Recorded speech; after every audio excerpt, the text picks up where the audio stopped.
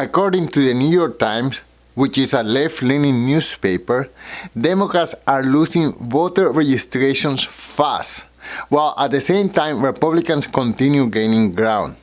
I think that if there was another election today, Donald Trump will win by an even bigger margin than his previous election. If you want to assess the health of a major political party, take a look at the voter registration numbers. And for the Democratic Party, it's not looking good. We looked at 30 states in America and Washington, D.C. that allow voters to register with a political party. And in those 30 states, in the last 4 years, the Democratic Party lost ground to the Republicans in every single one. Fewer people are now registered with the Democratic Party than there were on Election Day 2020. And more people are registered with the Republican Party than there were 4 years earlier. The Democratic brand isn't appealing to voters the way it used to. Fewer and fewer people are actively saying, hey, when I sign up to vote, I want to be a Democrat. The Democratic brand is now tied to controversy, dysfunction, and weak leadership. Their message no longer connects with working Americans. People are just tired of being lectured, ignored, and even insulted.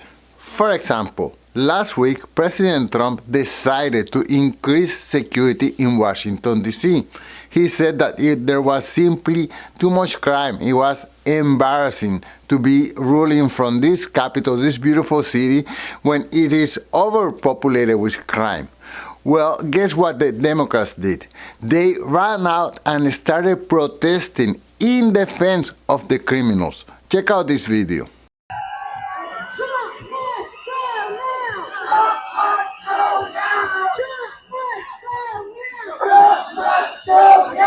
Why are the Democrats literally defending crime? They're defending crime. While you go live in your suburban enclaves protected by gates and freaking probably armed security, you are literally advocating for President Trump to not be able to use the home rule. I believe that many of those people protesting, they are professional protesters, and they just protest on anything Donald Trump does. But in reality, the real citizens of Washington, D.C., they are grateful. They finally feel that they can walk at night without fear of being mugged. I enjoy having extra security. I think it's a good thing. I mean, you want to feel safe when you're out and about, especially females. Then it comes the problem of homelessness. Just take a look at Los Angeles and see exactly what I mean. Los Angeles alone has recorded over 46,000 people without stable housing. In Skid Row, a stretch of street just a few blocks long, over 2,000 people camp closely together without electricity, water, or restrooms. For years, Democrats have tolerated and even encouraged homelessness. Their policies turned once great cities into despicable war zones, driving out taxpayers and small businesses. And instead of enforcing responsibility, they created chaos. Take a listen to influencer Kaysen. He says that homeless should be treated like adults, not like permanent victims.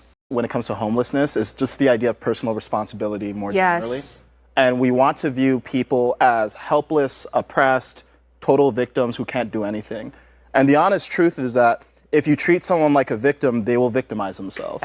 If you treat a homeless person like someone who's helpless, there's nothing they can do, they have to take drugs, so let's just make it safer for them to take drugs, then you're going to get that result. So what we need to start doing is actually treat them like a dignified human being and say, hey, look, what you're doing right now is hurting yourself, it's hurting everyone around you, and you can do better, but what you're doing right now is worse. There's a better way to live your life and there's a worse way to live your life. And it's okay to say that. But we're so afraid of coming across as judgmental. This is where all this language comes from. Oh, no, you're racist or you're elitist or any of these things. Like, no, actually, the most loving and caring thing you can do to someone you care about is tell them the truth and hold them accountable. And then you support them with what they need to go on the path of righteousness, not the path of degeneracy and hurting themselves. Like, who does this benefit?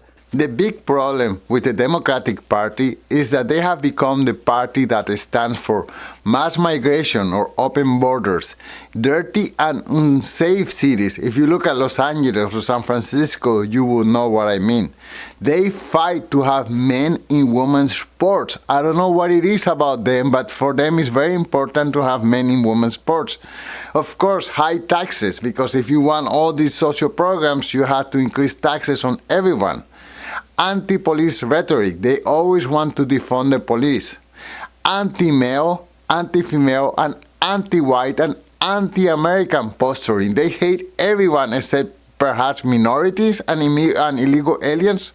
They want open borders and handouts for immigrants. They stand for sympathy for extremist groups like Hamas. And they obsess with pronouns and gender ideology.